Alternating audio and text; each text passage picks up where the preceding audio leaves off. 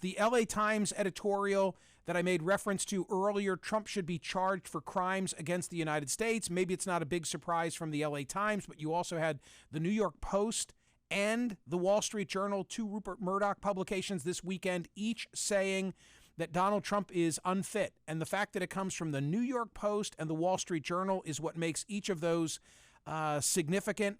What could save Democrats? What could save Democrats from a midterm catastrophe? This is now Charlie Cook. We link to it in Smerconish.com.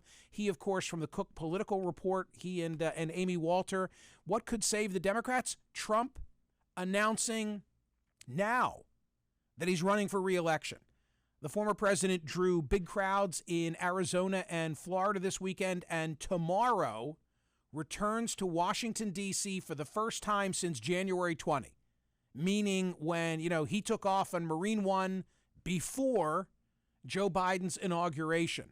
So Charlie Cook now saying, hey, there's a line in here where he says, Charlie Cook talking about the significance of Trump announcing that he's running in 2024 before the 2022 midterm. Quote, I am not sure it would save one or both majorities, but it certainly has the potential to have a greater impact than abortion, guns, and January 6 combined, says Charlie Cook.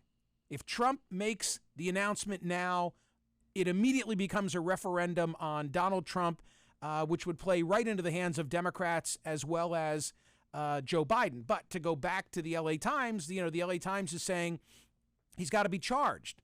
Well, Trump wants to announce sooner than later because he thinks, it puts on ice the fundraising prospects of someone like DeSantis, but also he thinks that it gives him protection against a potential Merrick Garland indictment. And as I discussed here with Renato Mariotti on POTUS last week and on CNN this weekend, when you really look at those DOJ guidelines and parse them, there's nothing in the black and white that prevents Garland from indicting Trump or Hunter Biden between now and the midterm, on the day of the midterm, or after the midterm.